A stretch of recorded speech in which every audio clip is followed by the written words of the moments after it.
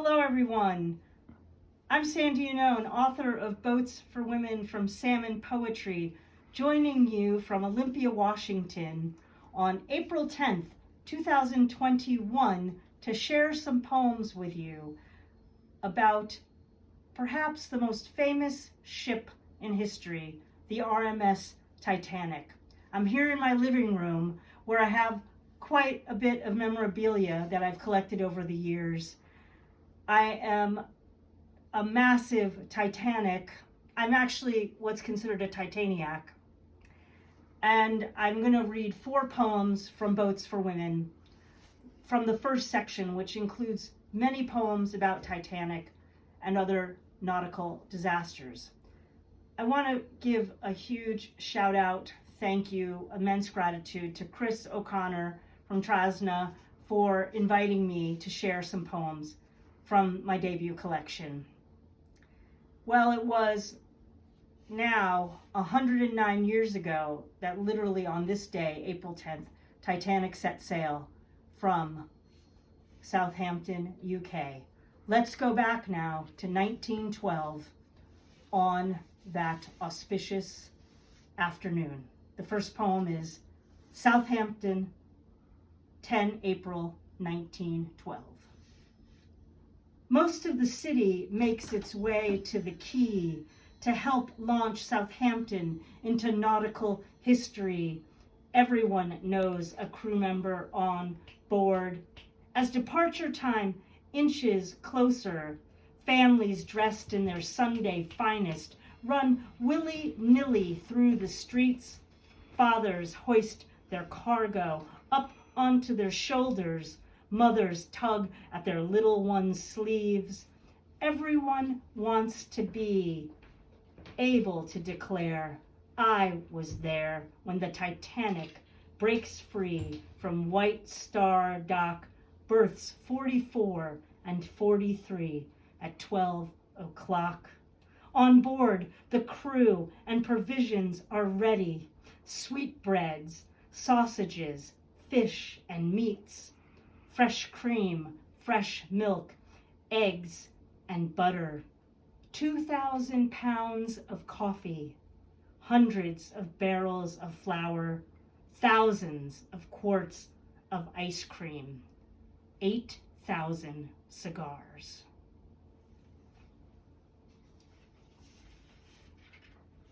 In 1912, that was the scene.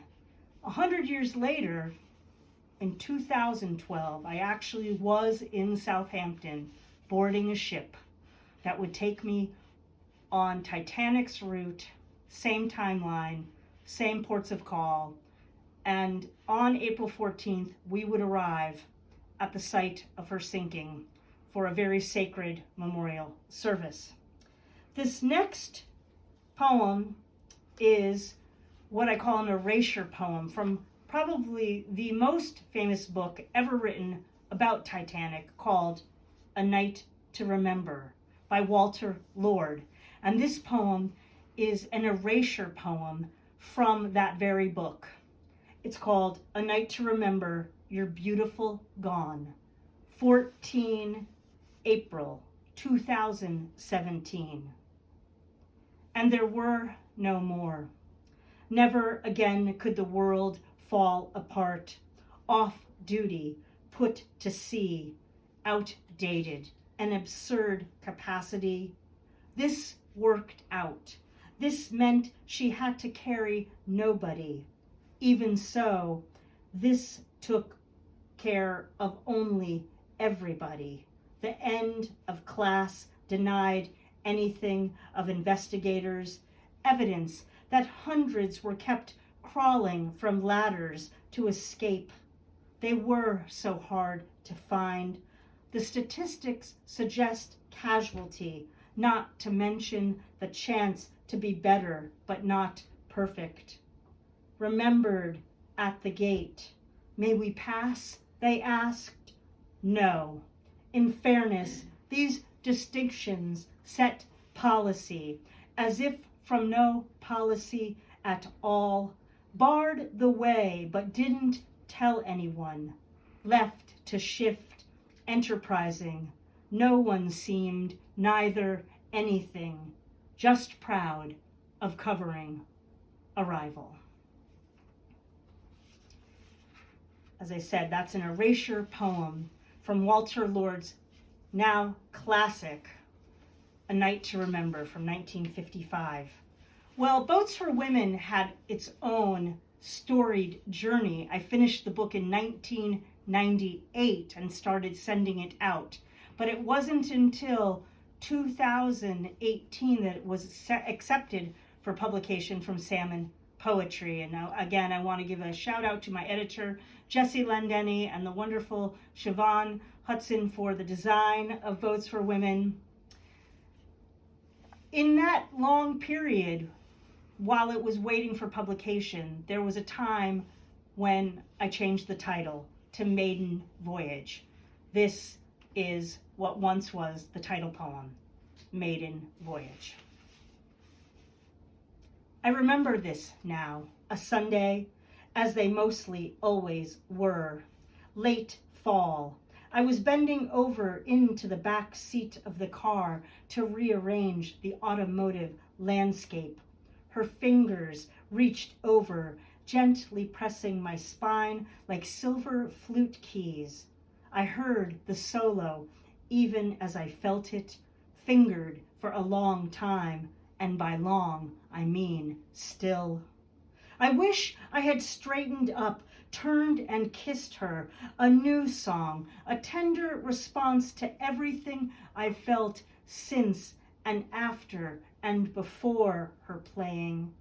Or was her hand just warming up, practicing before it would leave, needing a stable place to tap out its questions, send telegraphs into the sky like Jack Phillips and Harold Bride sent for days the new Marconi operators, so busy tapping out jovial wishes from Titanic's first-class passengers that the two could barely keep up with the news flooding in of impending ice like the fall before a brutal winter, except it was spring, as it is now, just weeks away from the anniversary of her sinking.